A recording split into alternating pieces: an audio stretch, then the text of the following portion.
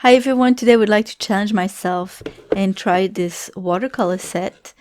Sorry it doesn't fit in the frame, it's pretty big. It's something that my daughter got for her birthday a few years ago, and she was never into watercolors, or at least she wasn't back then.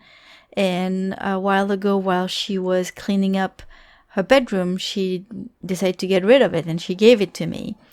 So before I got rid of it, I just wanted to try it and see if it was worth it. It's a Dale Rowney Simply Master Artist, and it has a theme which is plants and botanical scenes, and it comes with 27 pieces.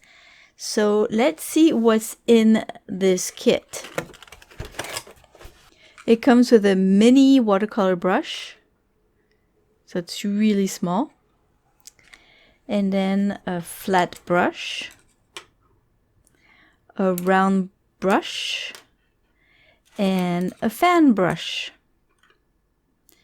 So they're really, because of the way they've been sitting in the box, the hairs are really weird.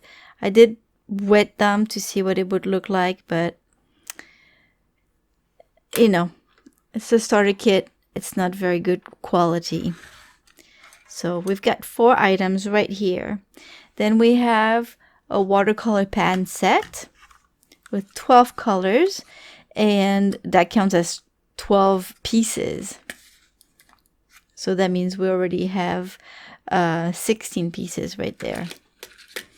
You can use the lid as for the wells, but it's not kind of resist, so you can't. And then if you put something down here to hold it, then this will go on, will go the other way. So yeah, it's not the most practical, but you know, you've got 12 colors. Then it comes with a sketching pencil. It's an HB. It's a triangular one. Don't know if you can see. A full bottle of masking fluid, which is pretty impressive. It has a whole ounce in it.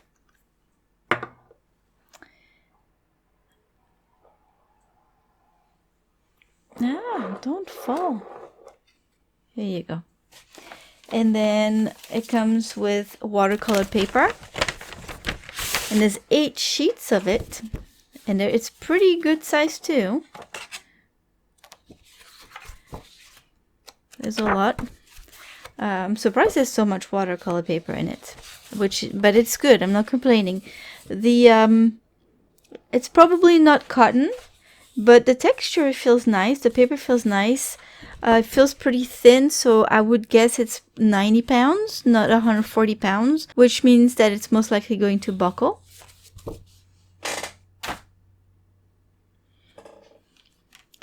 And we have a 48-page instruction manual. So, of course, it doesn't count as 48 pieces. It's just one manual. So that's what comes in this kit. And I'm just going to show you real quick what's in the manual.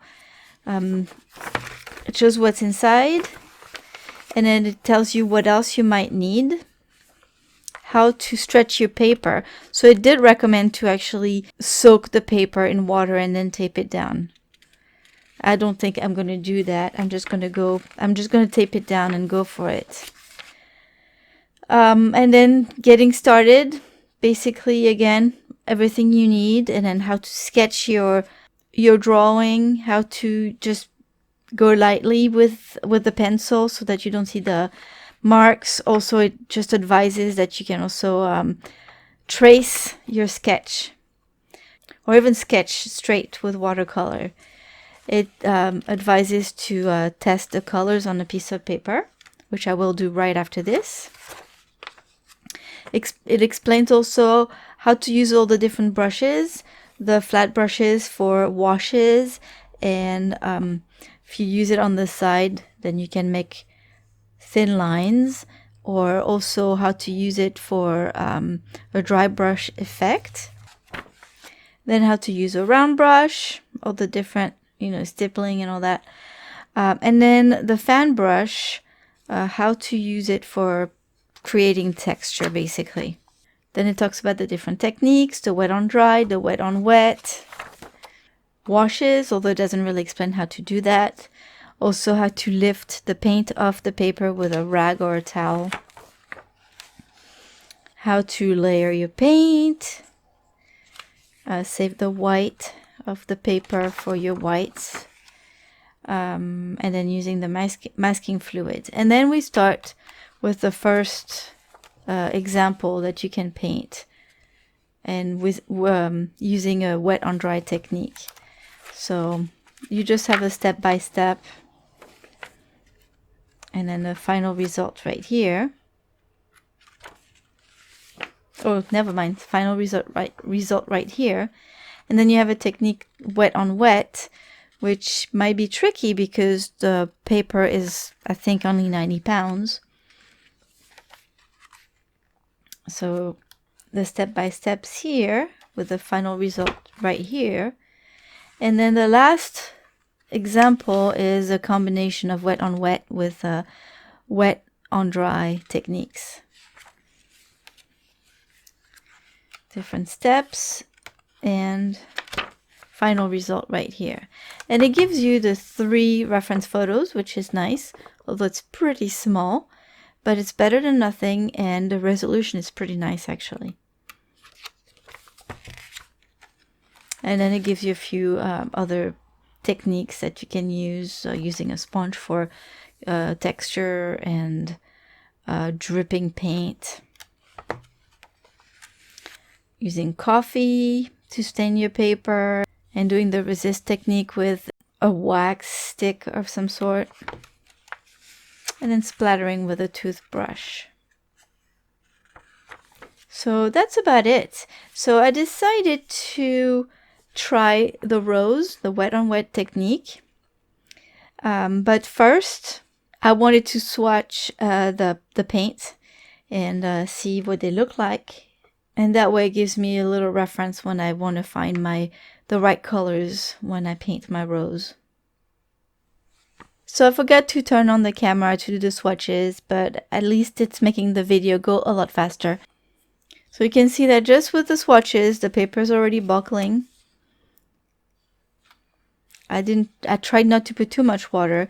However, the problem is with these brushes, it really holds a lot of water, and it's very hard to control the amount of water you have on it. And it's actually very hard to control the brush itself.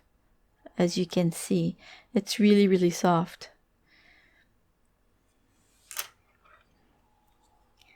The colors are pretty vibrant, but there's not a lot of pigments, so you cannot create very dark colors.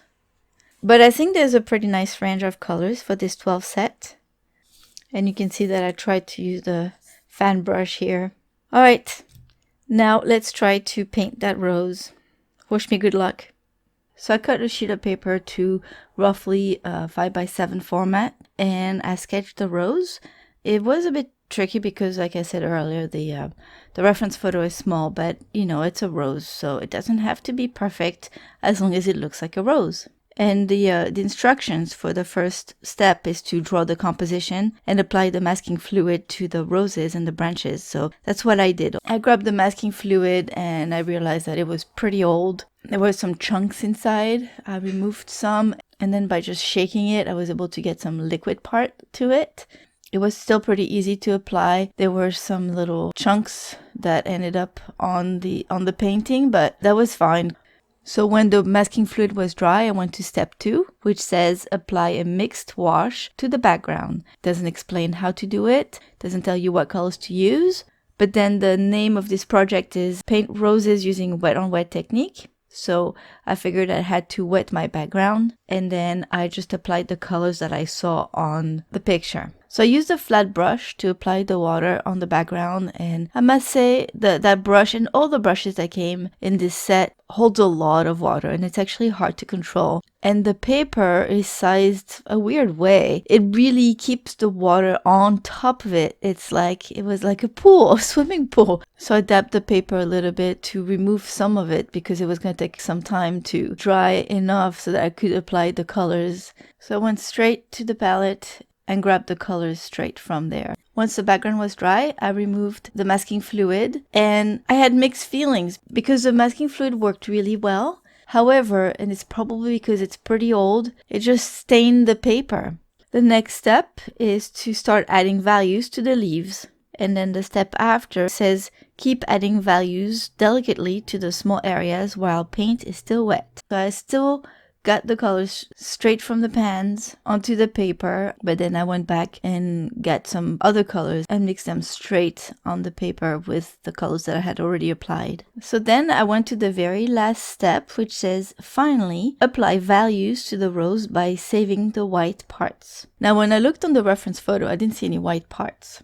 So what I did instead is that I tried to apply the values. I used just one color for the rose, which is some kind of alizarin crimson, and I just adjusted the values with the water. So I put more pigments where it was darker and more water when it was where it was lighter. So I guess I could have added maybe some blue or purple to my shadows in the rose, but at this point I just wanted to be done with it because it was not fun anymore. I was just fighting it and fighting it. Here's the best and most important watercolor tip that I can give to a beginner watercolorist. You need to have good quality supplies for this medium. It's very important. Otherwise, you will give up right away. And I'm talking from experience. If you're on a budget, the supply you need to splurge on is the paper. It needs to be at least 140 pounds, otherwise it's going to buckle very easily. And if you can, make it 100% cotton. The brushes need to be decent, but these days you can find some decent ones for a fair price. And you can get by with student grade watercolors. If you can't afford artist grades, it would be great. You'll see a big difference, but the student grade is good enough to start as long as you have a good paper. So if you're a beginner, do not buy a watercolor beginner's set because you will not have good supplies in it and you will be frustrated. I didn't enjoy this challenge. It was very frustrating for me, and I'm not a master watercolorist, but I'm very familiar with this medium's properties and I can do some decent paintings with it. And I really didn't enjoy this challenge. So I hope this video was helpful, and if you liked it, please give it a thumbs up. If you're new here, please consider subscribing to this channel. Thank you all for stopping by. I'll see you soon with another video. Have a wonderful day. Bye bye.